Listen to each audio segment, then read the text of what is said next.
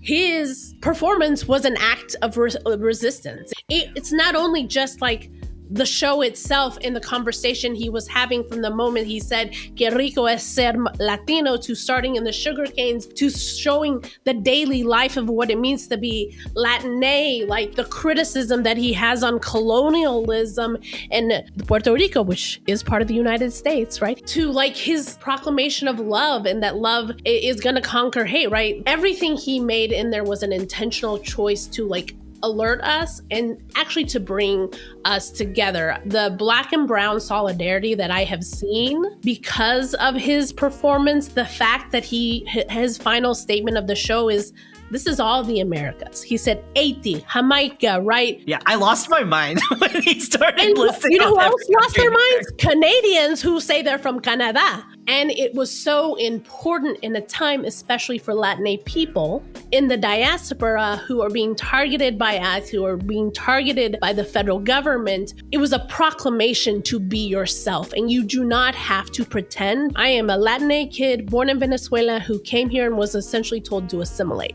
And it was a signal to so many people that you don't have to apologize for who you are. You can speak your language. Some of my South Asian friends, that kid who was asleep at the wedding, they're like, oh, we know that kid. That's in our community too. I feel like the last two Super Bowl performances, I think I was like, this is the blueprint. We're going to build the halftime performances around this person. Growing up in LA, in an immigrant household, watching Kendrick last year, do an ode to LA in a really, incredibly beautiful way. And anybody from LA, I think, like felt that as a collective experience, right? And then seeing Benito do his thing this year, how rare is it to feel like you have a shared experience nowadays, especially in the context of like our current media environment that is so diffuse. Everybody was watching that at the same exact time.